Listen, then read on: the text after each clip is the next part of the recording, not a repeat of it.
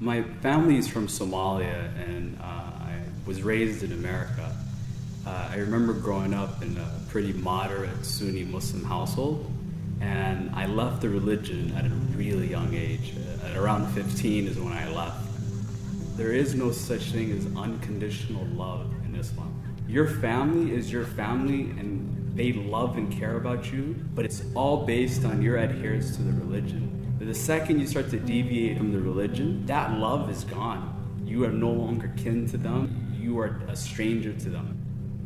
When I first started expressing my opinions on Islam, the immediate action was you need to read more Quran. And it was a slow build-up. It started first with, let's just read this, passage together, or let's go pray together.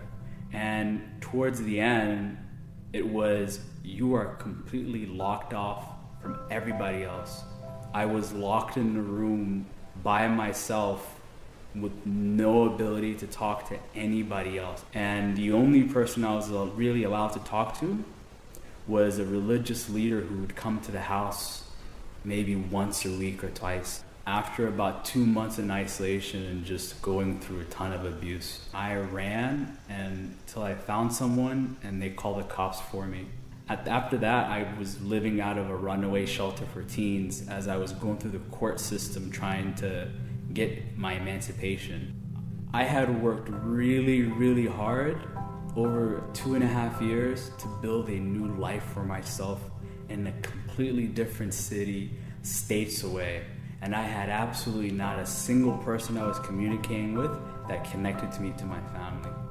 And on graduation day, as I'm on the stage and I hear my name get called and I'm walking across and I look at the front row and I see my mom. After the awards ceremony, I sat down and talked with her. And she told me, let's be a family again first and worry about these religious differences second. We arrived at her house and she told me, oh, everybody's waiting for you in the basement. It's a surprise party. And I came in through the front door and there was a lot of shoes, at the front of the house. I could smell all sorts of food that, brought back all sorts of amazing memories. And I went down into the basement. I was halfway down the steps when I heard the door close behind me and then locks turn. We didn't have locks when I lived there. So it was at that moment I knew that I had walked into something that I shouldn't have walked into. When I turned the corner in the basement, there was every adult male in my immediate family and a religious leader sitting in the center. And I knew immediately there was no escaping this. I had to let them do whatever it was that they were there to do and hope that I made it out of this situation alive. The moment I realized that my life could be in danger was when I saw one of my uncles in the foreground getting angry. Although they've been reading the Quran on me for hours, there's no reaction. The jinn apparently isn't showing itself, something's wrong.